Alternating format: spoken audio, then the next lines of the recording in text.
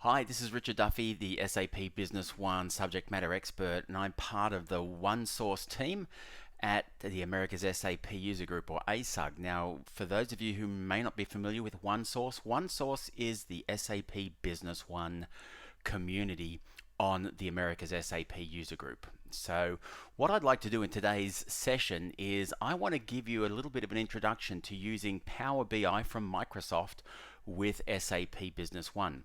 Now, for those of you who joined us at the recent Biz One conference, which was in Anaheim, California in October of 2017, you may have joined me for the Reporterpalooza session that I did, where we started talking about utilizing Power BI.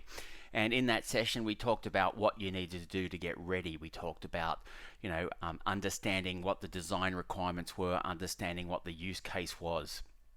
We didn't get the opportunity to start drilling down and looking at Power BI in detail or the implementation process. So that's what I'd like to do in today's session. So for some of you who may be aware, and for those of you who may not be aware, Power BI is a tool from Microsoft, and it's part of the Office 365 family of products.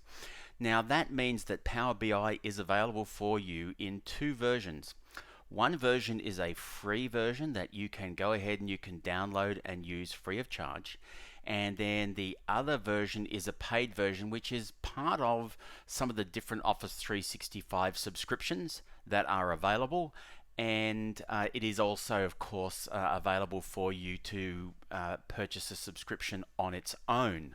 So let's just quickly spin up Microsoft Edge, because like most Microsoft products, they do tend to work a little bit better when you are using Microsoft Edge as your web browser. So I'm just going to go ahead and do a search for Power BI, and you'll see that you can find Power BI at, funnily enough, powerbi.microsoft.com. So the thing with Power BI is there is a couple of different components that you need to be aware of, and it depends on how you're going to use the solution as to which of those components you need.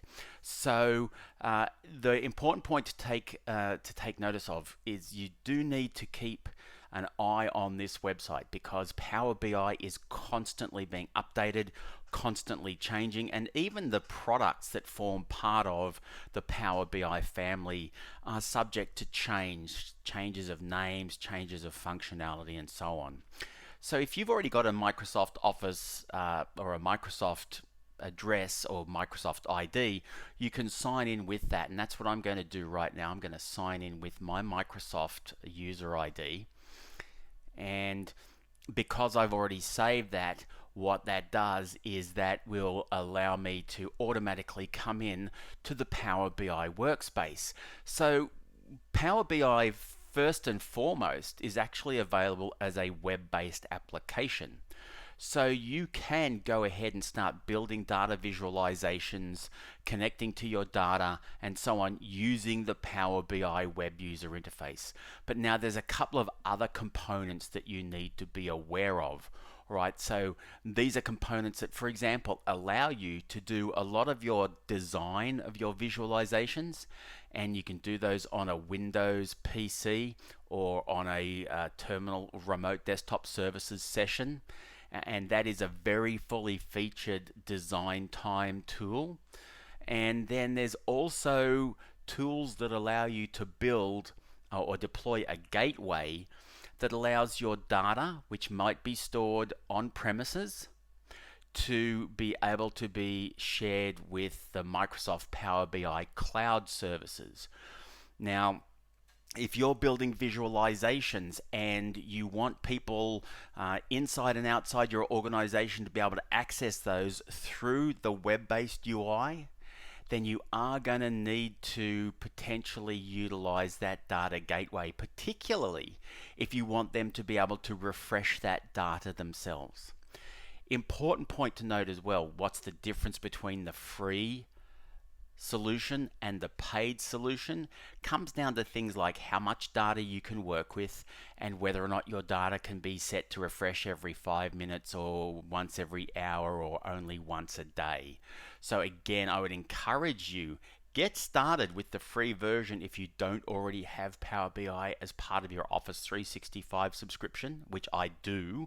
But get started with the free version and start familiarizing yourself with it, because most of the things that I'm going to show you in this session you can do with the free version.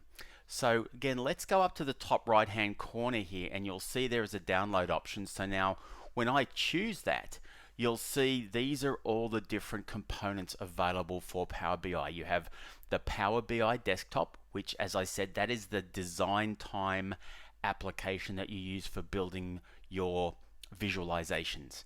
You have the data gateway, and that allows you to connect your on-premises SQL Server data, for example, with the Power BI Cloud, which runs on Azure, which is Microsoft's cloud services, and it allows you to have that seamlessly shared between the two.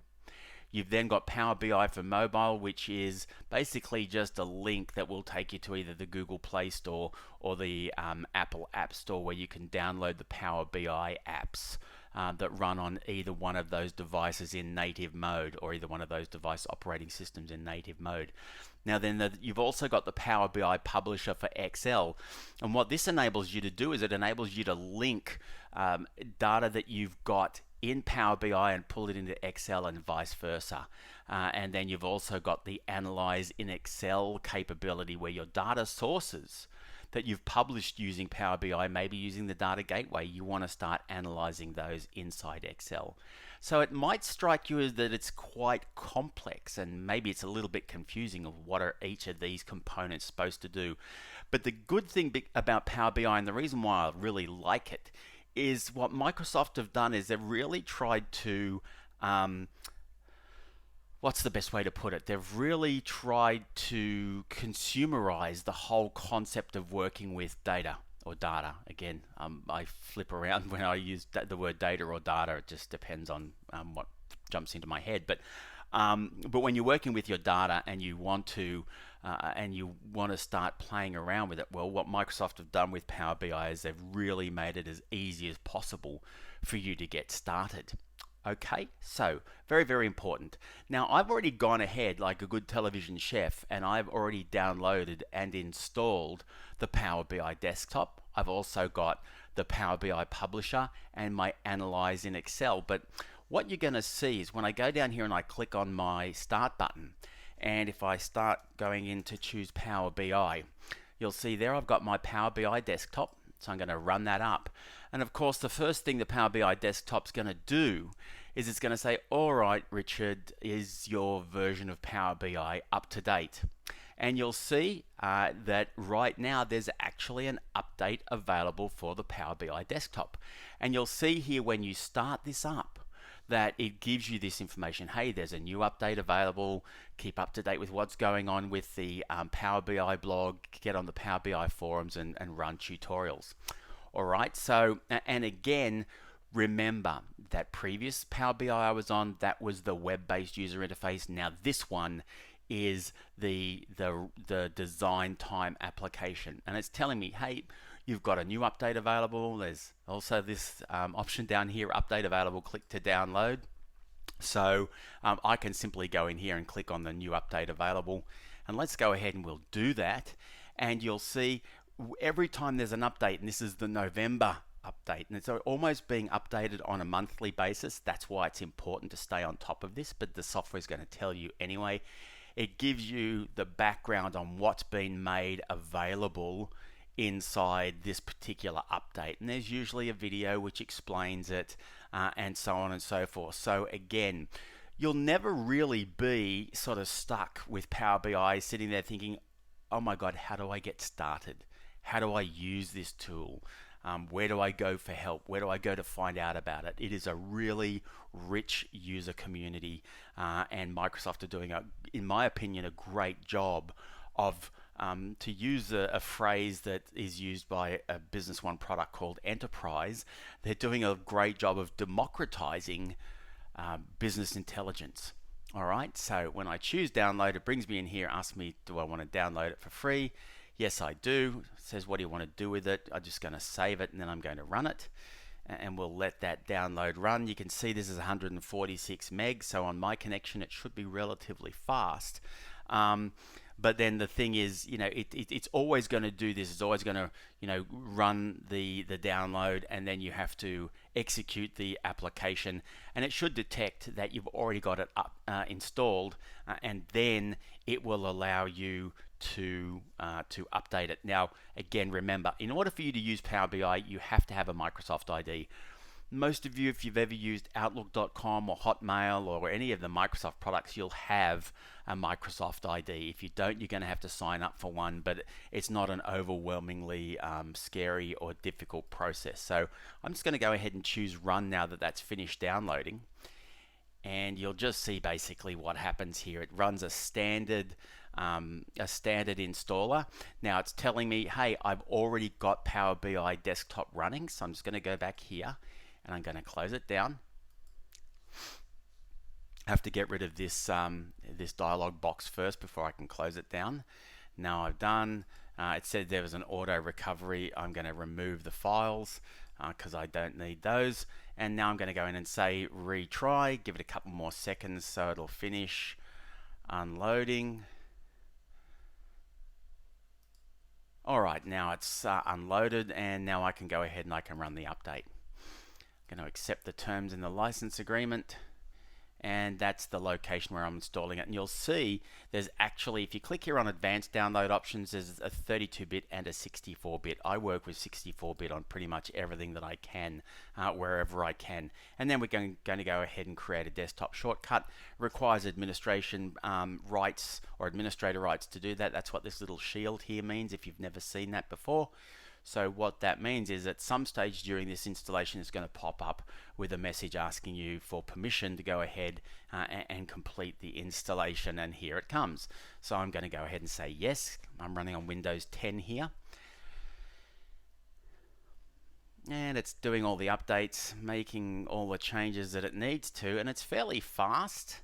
I'm actually running here Windows 10 in a virtual environment on my MacBook Pro. So again, if you're sitting there and you're thinking, well, gee, I'm using a Mac, how do I take advantage of this desktop design time? Well, of course, you can use one of the Windows virtualization products for the Mac, be it, as I use here, Parallels, or you could use VMware Fusion, or whatever the case may be. So I'm going to go ahead and I'm going to launch the Microsoft Power BI desktop, and that's all good. It's now running that up for me, and there you can see now here is my Power BI desktop. Now once again, instead of it saying there's an upload or an update rather, it comes in here and says, hey, here's what's new, and then that's just going to take you straight back to that website. Alright, so that's all the fundamentals of actually getting the software, and you see you've got two choices here: try it free or sign in. So I'm going to sign in, and it's going to ask me for my username, my Microsoft user ID, and this is the ID I use with my Office 365 subscription, because I have an Enterprise E4 level subscription which includes Power BI. So I'm just going to go ahead and say save that. It's now going to validate that account, and you can see I am now signed in. So if I click up here on my name, you can see here we go. I've got my Power BI service, I've got my account settings, and I can switch my account.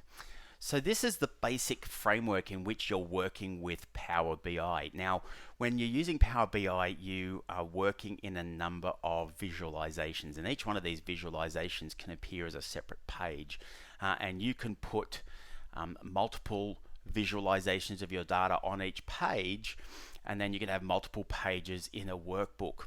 So in this way, you can build a story that takes people through each of the different areas of analysis that's available on your data, and each one of these pages can be, and you'll see I just click on the plus key down the bottom to create a new page. Each one of these pages can have different data sets, can have different visualizations. So you can build a visualization book that you then distribute out to people as a file, or if you've connected your data, if your data is either in the cloud already or you've installed the Power BI gateway, then you can have that data connecting. You can put your Power BI workbook into the Power BI website, which is only accessible by the people that you choose to grant access to, so it's completely secure. You can put your Power BI data there and people can go ahead and start to access that with access to the visualizations at the level that you have chosen. Okay, so hopefully that makes sense. Couple of things I just want to quickly show you before we go ahead and we connect to our SAP Business One data. There are a number of these solution templates that are available for Power BI. As well as that, there's a partner showcase. So if I go in here and I click on solution templates, you'll see this is just going to open up another website for me, and you've got all these different data sources and templates of information that's been made available for you. So for example, you can see campaign and brand management for Facebook. So if you want to see how you're managing your Facebook information, you've got that there. Campaign and brand management for Twitter. Quite a few things here for Dynamics 365, as well as, for example, here we go, accounts receivable for SAP. So now this is not SAP Business One. This is the SAP ECC 7 or ECC 8, whichever is the current version. Okay, and ECC is Enterprise Core Component. So if anybody ever starts talking to you about SAP ECC, you might also hear that called Business Suite or whatever the case may be, but that's what that's referring to. All right, so you've got all these different apps that you've got, and you've got your Power BI apps, your Power BI visuals. You can narrow this down. Now, let's just quickly dive back to our desktop. And let's have a look now at our partner showcase. So if I click here on the partner showcase, again, that's just taking me to a different area on the page where you can go and find partners, Microsoft partners who specialize in working with Power BI. And if you go here and you click on Explore Solutions, this will take you out and you can see potentially some of those dedicated solutions that are available. Now, I don't know of anybody right now who's done anything for SAP Business One. I could be wrong, but again, your partner may have experience with working with Power BI. But from my perspective, Power BI is really about doing it yourself. You know what I mean? Being able to get up and running with a business intelligence solution as quickly as possible. So let's just dive back now, and I'm going to help you get started on that path. So now the assumption is that you have access to your data. So I'm going to work on the assumption that you're using Microsoft Power BI and you're using it on your local network, and your database, whether it's SAP HANA, because you can access HANA information here through Power BI, or it's Microsoft SQL Server, you've got access to that data source. All right, so that's the basic assumption that you can get to the data, because when you go up here, the first thing you do is you create a link to your data, and you can see you can get your data by a number of ways. You can go and pull your data out of Excel. You can get it from the Power BI service. Now, when you see Power BI service, it's actually referring to the data gateway. Remember, I talked about you can put in a gateway that connects your on-premises database to the Power BI cloud service. So that's what this is referring to. Or, of course, I can talk directly to SQL Server. I could talk directly to SQL Server analysis services, or I've got these other options. I can pull it in from a text file if it's a web page, if it's a blank query, or here is the newest one of these, which is an OData feed. Now, OData or OData stands for Open Data. SAP support Open Data, but only with SAP Business One version for HANA and the service layer. So OData feeds are a part of the SAP Business One service layer. Now, a little bit too technical for this session, but it is possible to create OData feeds off your SQL Server as well. All right, but for now, we're just going to make the assumption that you're accessing your data from an ODBC or an OLADB connection. ODBC, Open Database Connectivity, OLADB, Object Linking and Embedding. That's just what the acronyms stand for. But at the end of the day, it's just going to ask you for your parameters to your server. So I'm going to go here and say SQL Server. Now, by the way, if you don't know these details, then get in touch with your IT support team. If you don't know what the name of the server is, if you don't know what the database is, you can actually usually work this out from looking at your SAP Business One data, like logging onto SAP Business One and having a look. But of course, if you don't have SAP Business One as an application, if all you've got is access to the data, then that's going to be a little bit difficult. Now, here is a very important point to note. I know I'm putting a lot of information on you here in this starting up session, but the fundamentals are important. If you're running on Microsoft SQL Server, you have the right to connect to your SAP Business One database and access the data. You don't have to buy any extra SAP Business One licenses, all right? It's called basically read-only access. And assuming that your SQL Server is correctly licensed, then you don't have to have any SAP Business One licenses. If you are running on SAP Business One version for SAP HANA, then you need to have either an SAP Business One user license, like a professional user or a limited user, or you have to have a indirect access license. All right, but you have to have paid SAP some form of user license to access the data if you're running on HANA. All right, important point to note, that only applies for HANA. If you're on SQL Server and your SQL Server is correctly licensed in per CPU mode, which most people are these days, then go crazy, knock yourself out. You can do whatever you need to do.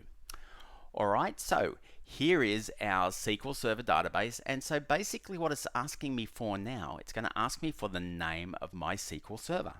So in my particular environment, I have my SQL Server is at sbosql.smbsolutions.com.au, and then it's going to ask me for my database. So for example, if you've got 5 or 6 different companies, or even 1 or 2, then one of the things that you're going to be aware of is that each one of those companies is a separate database. So it's basically asking me here, do I want to specify what the database is now? Very important point to note. This data connectivity mode, this is basically giving the ability to work with import or direct query. Now, what's the difference? Import brings in the data and stores it with your Power BI visualization. And then you've got basically a snapshot of that data. Direct query is expecting a live link back to that SQL Server data that can constantly be refreshed and updated. All right, so again, a lot of this just depends on how often you want to refresh your data and make sure you've got up-to-date information. So if I go here and select advanced query, direct query, you've also got some advanced options. You can specify command timeouts.